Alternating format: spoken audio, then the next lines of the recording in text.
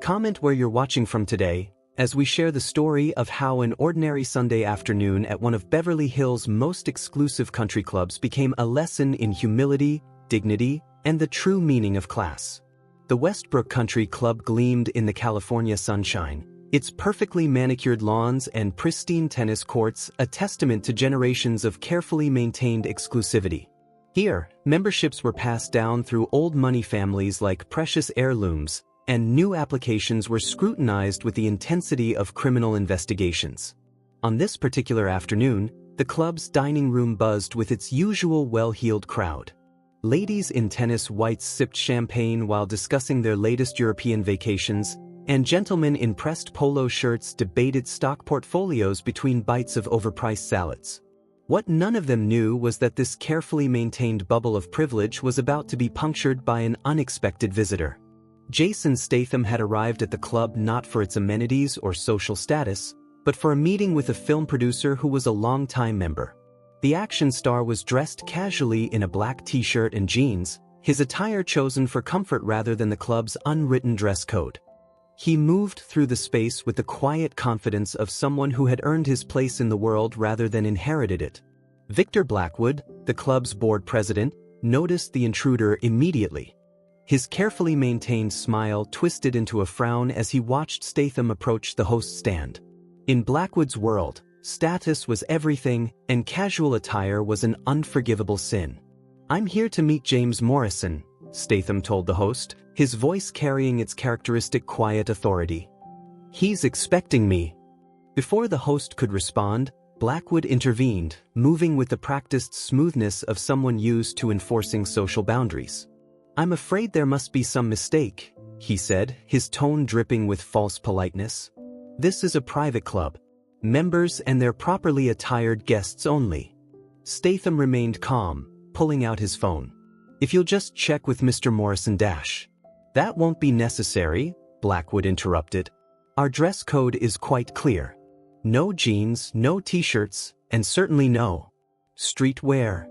His eyes swept dismissively over Statham's attire. "Perhaps you misunderstood the type of establishment this is." The action star's expression remained neutral, though something flickered in his eyes at the obvious condescension. "I understand perfectly. I'm here for a business meeting with a member who's expecting me." Other diners had begun to notice the exchange, some watching with barely concealed interest while others made a show of looking away, not wanting to acknowledge the disruption to their carefully curated atmosphere. "Business meetings," Blackwood continued, his voice carrying just enough to ensure others would hear, "should be conducted in appropriate venues. This is a private club for people who understand certain standards." What happened next would transform this simple afternoon into something that would be talked about in country club circles for years to come. But for now, Statham simply stood his ground, his presence somehow making Blackwood's expensive attire seem like a costume rather than a sign of genuine status. "Standards," Statham repeated quietly. "Interesting choice of words. Shall we discuss what those standards really mean?" Blackwood's face flushed slightly at the challenge in Statham's tone. "I don't believe we need to discuss anything. Security will show you out." He gestured to two large men in blazers who had appeared nearby. The security guards approached with professional caution, clearly recognizing Statham but bound by their duties. The action star made no aggressive moves, his composure only highlighting the absurdity of the situation. "Mr. Morrison is on his way," one of the guards said quietly to Blackwood. "He called to say his guest would be arriving dash." "I don't care who's coming," Blackwood snapped. "We have standards to maintain. Either this person leaves now, or we'll have him removed." Several club members had gathered to watch the confrontation, their expressions ranging from embarrassment to agreement with Blackwood's stance. Among them was Sarah Chin, a newer member who had faced her own struggles with the club's unwritten social codes. "Victor," she began, "perhaps we should dash. Perhaps you should remember how recently your own membership was approved." Blackwood cut her off smoothly. "And how conditional that approval remains." The threat was clear. Those who challenged the social order risked losing their place within it. Sarah fell silent, though her discomfort with the situation was evident. Statham watched this exchange with growing interest, his trained eye noting the power dynamics at play. This wasn't just about dress codes or club rules. It was about control, about maintaining a system of social hierarchy that valued appearance over substance. "You know," he said quietly, his words carrying in the now silent dining room, "I've played many roles in my career. But the most interesting performances I've seen are right here, people pretending that clothing and club memberships make them superior." Blackwood's face darkened. "Remove him," he ordered the security guards, "and ensure his name is added to the permanent exclusion list." What followed would not only challenge the club's carefully maintained facade of superiority but would teach everyone present a valuable lesson about true class and dignity. But for now, Statham allowed himself to be escorted toward the exit, his calm demeanor a stark contrast to Blackwood's barely contained anger. The afternoon sun still sparkled on the club's perfect lawns as Statham was led out, but something had shifted in the atmosphere of the previously peaceful Sunday. The action star's presence, brief though it had been, had created a crack in the club's carefully maintained veneer of exclusivity. Just before reaching the door, Statham turned back to face the dining room. His voice, though quiet, carried clearly through the tense silence. "I'll be back," he said simply. "And next time, we'll have a proper discussion about what class really means." The door closed behind him, but the impact of his words lingered in the air. The afternoon would continue with its usual activities, tennis matches and business discussions, social posturing and careful networking. But beneath the surface, something had changed. What no one in the club realized was that this encounter was just the beginning. Jason Statham's promise to return would prove to be more than just words, and his next visit would transform not just one afternoon, but the entire culture of the Westbrook Country Club. 1 week after being escorted from the Westbrook Country Club, Jason Statham's presence still lingered in conversations around the immaculate tennis courts and pristine dining room. Victor Blackwood had tried to dismiss the incident as a minor disruption, but something about the action star's quiet dignity had left an impression that refused to fade. The club was hosting its annual charity gala, the most prestigious event of its social calendar. The dining room had been transformed into a glittering showcase of wealth and status, with crystal chandeliers casting warm light over tables dressed in fine linens and decorated with elaborate flower arrangements. Blackwood stood near the entrance, greeting guests with practiced charm while subtly evaluating their adherence to the club's exacting standards. His tuxedo was perfectly tailored, every detail designed to reinforce his position at the top of the club's social hierarchy. "Quite a turnout," Saracen commented as she arrived, her designer gown a careful choice to avoid any criticism. The newer member had been quiet since the incident last week, but her discomfort with the club's rigid social structure had only grown. "Yes, well, we maintain certain standards," Blackwood replied, the familiar phrase carrying an edge of warning. Though some people seemed to have trouble understanding that. What neither of them knew was that the evening was about to take an extraordinary turn. Outside the club's gates, a fleet of luxury vehicles was arriving, but these weren't the usual Mercedes and BMWs that filled the parking lot. The first indication that something was different came when James Morrison, the film producer who had arranged the meeting Statham never made it to, arrived. He was accompanied by several well-known Hollywood figures, all impeccably dressed in formal attire. "Quite a guest list tonight, Victor," Morrison commented with a slight smile that suggested he knew something others didn't. "I hope the club is prepared for some real star power." Before Blackwood could respond, another wave of arrivals commanded everyone's attention. The vehicles now pulling up included Rolls-Royces and Bentleys, their drivers opening doors to reveal some of the entertainment industry's most influential figures. But it was the final arrival that brought conversations to a halt. A sleek black Aston Martin purred to a stop at the entrance, and from it emerged Jason Statham, this time dressed in an impeccably tailored tuxedo that made Blackwood's look almost ordinary by comparison.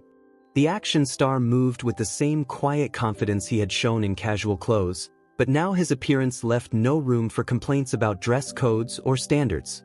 At his side walked an elderly gentleman whose presence caused several club members to gasp in recognition. "Is that?" Saracen whispered to another member, "Is that Lord Cambridge? The actual owner of the club's parent company?" Indeed it was. The British nobleman, who rarely attended club events, had chosen this evening to make an appearance, and he was clearly there as Statham's guest. Blackwood's face had lost some of its color as he watched them approach. The club president found himself caught between his instinct to assert authority and the unavoidable reality of who was walking through his door. "Good evening," Statham said pleasantly as they reached the entrance. "I believe you remember me from last week, though I'm hoping my attire meets with your approval this time." Lord Cambridge's eyes twinkled with amusement as he observed the exchange. "Jason was telling me the most interesting story about his last visit," the nobleman commented. "Something about standards and proper venues for business meetings?" Blackwood attempted to maintain his composure, though beads of sweat had appeared on his forehead. "My lord, I had no idea you would be attending tonight.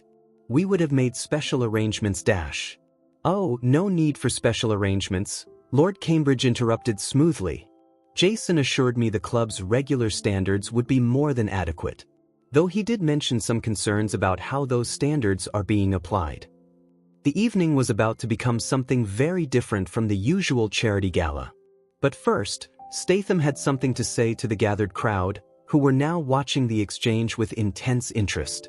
"You know," he began, his voice carrying easily through the elegant space, "last week I was told this club was for people who understand standards.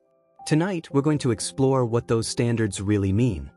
Morrison stepped forward then, adding his own perspective. When Victor had Jason removed last week, he interrupted what could have been a very significant business meeting.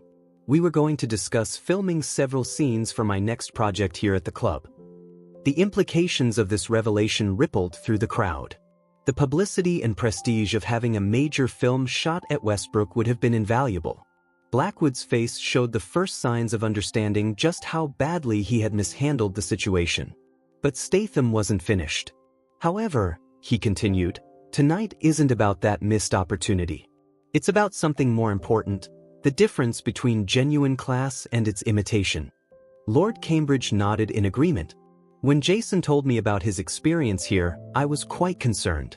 This club was founded on principles of excellence, not exclusion. Somewhere along the way, it seems those values have become confused." The evening was about to transform into something none of the regular members had expected, a masterclass in true class and dignity. But first, there would be some necessary changes in how the club operated. "Victor," Lord Cambridge said firmly, "I believe we need to have a discussion about the club's leadership. But first, let's enjoy the gala. After all, we're here for charity, aren't we?" The implications were clear. Blackwood's position as club president was now as precarious as his social authority. But more significant changes were still to come. Statham moved through the crowd with easy grace, greeting people warmly regardless of their status or position. His presence, now unimpeachable in formal attire, seemed to highlight the artificial nature of the social barriers that had been so carefully maintained. Saracen found herself in conversation with both Statham and Lord Cambridge, her insights about the club's need for change finding an appreciative audience. The newer member's perspective, once dismissed by Blackwood, was now being heard by those with real power to implement change. The evening was just beginning, but already the carefully maintained social order of the Westbrook Country Club was being transformed. What followed would prove that true class has nothing to do with dress codes or membership rules, and everything to do with how people treat each other. The action star's return had set in motion events that would reshape not just one evening, but the entire culture of one of Beverly Hills' most exclusive institutions. The real lessons about standards and class were about to begin. The Westbrook Country Club's charity gala was transforming into something unprecedented. As Jason Statham moved through the crowd with Lord Cambridge at his side, the usual social hierarchies that defined such events began to crumble in fascinating ways. Victor Blackwood stood near the bar, watching his carefully maintained world shift beneath his feet. The club president's usual commanding presence had diminished considerably since Statham's arrival with the club's actual owner. His attempts to maintain control were being met with polite but firm dismissal from members who suddenly felt empowered to question the status quo. "You know what real class is?" Statham's voice carried across the room as he addressed a group of interested members. "It's not about what you wear or which clubs you belong to. It's about how you treat people when you think you have nothing to gain from them. Lord Cambridge nodded in agreement, adding his own perspective. When I founded this club 30 years ago, it was meant to be a place of excellence, yes, but also of inclusion. Somewhere along the way, those values became confused with exclusion and pretense. The elderly nobleman's words carried particular weight with the long-time members who remembered the club's earlier, more egalitarian days. Several of them began sharing stories of how the atmosphere had changed under Blackwood's leadership, how rigid social codes had replaced genuine community. Sarah Chin, finding herself suddenly in the center of important conversations, shared her own experiences as a newer member. The barriers weren't just about membership fees, she explained. They were about making people feel they didn't belong even after they got in. Statham listened intently to these stories, his presence encouraging others to speak up about their own experiences with the club's toxic culture. What emerged was a pattern of systematic exclusion masked as maintaining standards. "Let me tell you about standards," the action star said, addressing the growing crowd. "I've worked with people from every background imaginable in my career. Know what I've learned? True excellence has nothing to do with where you came from and everything to do with who you choose to be." James Morrison, the film producer whose meeting had been disrupted the previous week, joined the conversation with his own revelation. "The movie we were going to discuss filming here? It's about exactly this, about how artificial social barriers prevent real human connection." The irony of the situation wasn't lost on anyone present. The club's attempts to maintain its exclusive image had not only exposed its prejudices but had nearly cost it a chance at genuine prestige. But the evening's most powerful moment came when an unexpected guest arrived. The club's head groundskeeper, John Martinez, who normally would never attend such an event, entered the gala wearing a borrowed tuxedo. Lord Cambridge had specifically requested his presence. "John has worked here for 25 years, the nobleman announced to the gathered crowd. "He knows more about this club's true character than anyone. Yet this is the first time he's been invited to join us at an event. What does that say about our standards?" Blackwood, seeing where this was heading, attempted to intervene. "My lord, surely you understand that staff functions are separate from member events. Are they?" Statham cut in smoothly. "Tell me, what makes someone more worthy of respect, maintaining a pristine golf course for 25 years or inheriting a membership from their parents?" The question hung in the air, challenging decades of assumed social hierarchy. John Martinez stood straight and dignified, his presence a testament to the kind of genuine class that had nothing to do with social status. "Starting tonight," Lord Cambridge announced, "things will be different at Westbrook. We're returning to our original mission, creating a community of excellence based on character, not credentials." The changes he outlined were sweeping. The club's rigid dress code would be replaced with simple guidelines about appropriate attire. Staff members would be invited to participate in club events. Most significantly, membership applications would be evaluated based on character and community contribution rather than just wealth and social connections. Blackwood's face had grown increasingly pale as he listened to these announcements. His position as club president, once seemingly unassailable, was crumbling before his eyes. "But perhaps," Lord Cambridge continued, "the most important change needs to be in how we think about class and status. Mr. Statham, would you care to demonstrate?" The action star stepped forward, his presence commanding attention without effort. "Last week, I was thrown out of this club for wearing jeans and a t-shirt. Tonight, I'm welcomed in a tuxedo. But I'm exactly the same person. The only difference is your perception." He gestured to John Martinez.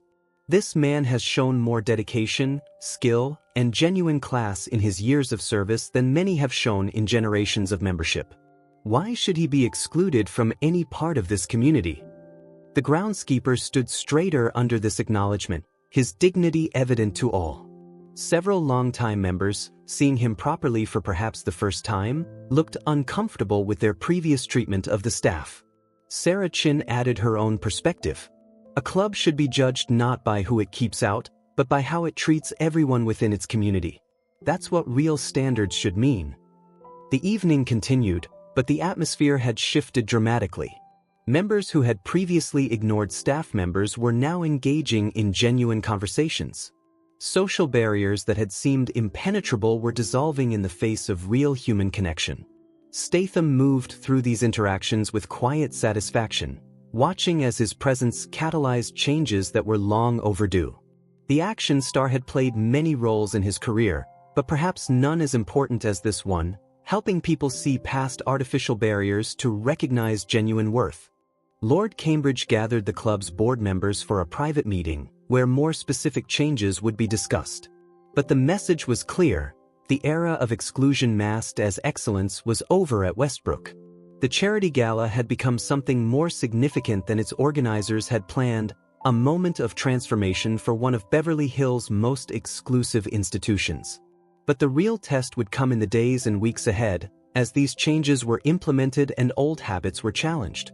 What happened next would prove that true transformation isn't just about changing rules or policies, it's about changing hearts and minds. The Westbrook Country Club was about to become a very different kind of institution, one that measured class by character rather than credentials. 6 months after Jason Statham's dramatic return to the Westbrook Country Club, the institution had undergone a transformation that few would have thought possible. The perfectly manicured lawns and pristine tennis courts remained, but the atmosphere had changed completely. On this particular Sunday afternoon, the club was hosting its first ever Community Excellence Awards, an event that would have been unthinkable under the old regime. The dining room, once a showcase of exclusivity, was filled with a diverse crowd that included both longtime members and people who would have previously been denied entry. John Martinez, the groundskeeper who had worked at the club for 25 years, stood at the podium in a well-fitted suit, addressing the gathered crowd about the new apprenticeship program he was heading. The program would teach landscaping and golf course management to young people from underprivileged backgrounds, giving them a path to careers in the industry. Victor Blackwood sat in the audience, his position as club president now occupied by Sarah Chin. The former social arbiter had been given a choice by Lord Cambridge: adapt to the new culture or leave. To everyone's surprise, including perhaps his own, he had chosen to stay and learn. "You know what I've learned in these past 6 months?" Blackwood said when it was his turn to speak. "I spent years confusing exclusivity with excellence, status with class. It took someone being thrown out of this club to make me see how wrong I was." Jason Statham, who had returned for the awards ceremony, sat quietly in the back, preferring to let others take the spotlight. The action star was dressed casually again in his signature black t-shirt and jeans, but this time no one questioned his right to be there. The changes at Westbrook had extended far beyond dress codes and social events. The club had established a foundation that provided memberships to individuals who contributed significantly to the community, regardless of their financial status.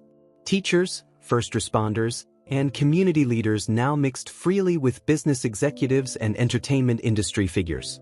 "What we've created here," Sarah Chin explained to the assembled crowd, "isn't just a more inclusive club. We've created a model for how traditional institutions can evolve while maintaining true excellence, not the artificial excellence of exclusion, but the real excellence of character and contribution." Lord Cambridge, watching from his seat of honor, nodded in approval. The elderly nobleman had seen his original vision for the club finally realized, though in a way he hadn't initially imagined. The awards being presented that day recognized various forms of excellence, from John Martinez's decades of dedicated service to a local teacher who had transformed her inner-city school's academic performance. Each recipient represented the club's new understanding of what truly made someone worthy of recognition.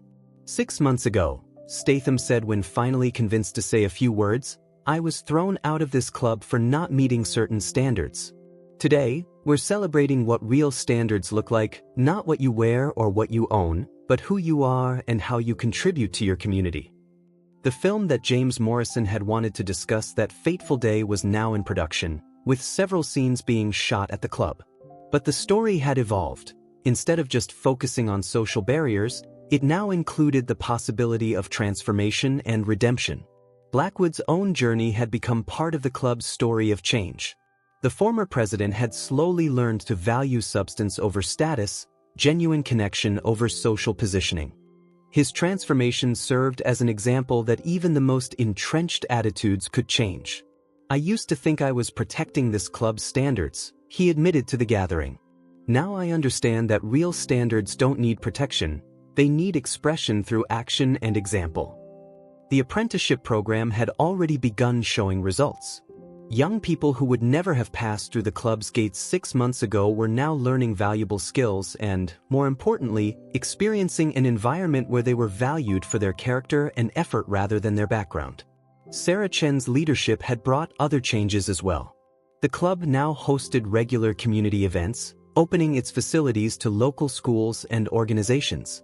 The barrier between staff and members had dissolved, replaced by a sense of shared community and purpose.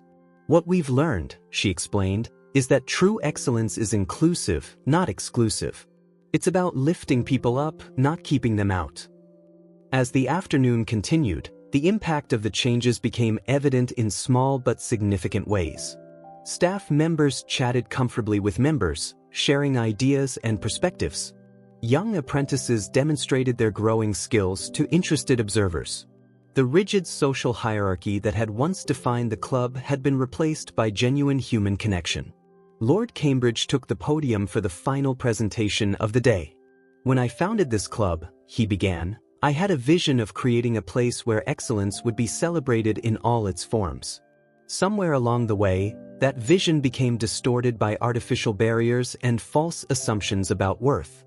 Thanks to a series of unexpected events and one particularly memorable guest in a black t-shirt, we found our way back to that original purpose." The elderly nobleman's eyes twinkled as he glanced at Statham.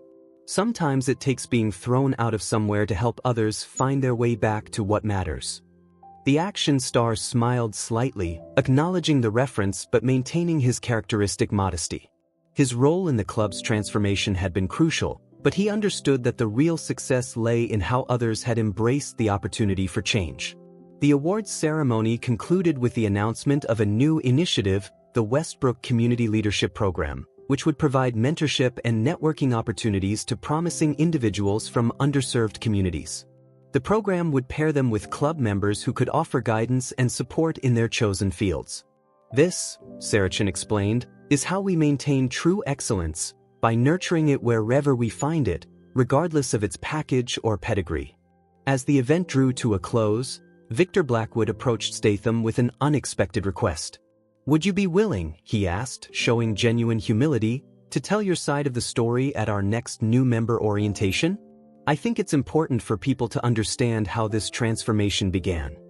The action star considered for a moment before nodding. "On one condition," he replied, "that we also hear from John, from the apprentices, from everyone who represents what this club has become. Real change isn't about one person or one moment, it's about a community choosing to be better." The Sunday afternoon sun still sparkled on the club's perfect lawns, but now it illuminated a very different institution. The Westbrook Country Club had maintained its high standards, but those standards now measured what truly mattered: character, contribution, and genuine human worth. What had started with an action star being thrown out for wearing the wrong clothes had evolved into something remarkable, a model for how traditional institutions could adapt and grow while holding true to genuine principles of excellence. As members and guests began to depart, many lingered to chat with staff members or apprentices, the artificial barriers that once divided them now forgotten. The club had become what it was always meant to be, not a fortress of exclusivity, but a community of genuine excellence. "You know what real class is?" Statham said quietly to a group of apprentices who had gathered to thank him. "It's not about keeping others out to make yourself feel special. It's about creating space for everyone to become their best selves." The story of the Westbrook Country Club's transformation would continue to inspire others, proving that even the most entrenched institutions could change when people were willing to re-examine their assumptions about worth and status. And it all began because one man in a black t-shirt refused to accept that clothing defined character, proving that sometimes getting thrown out of somewhere is just the beginning of finding your way back to what really matters.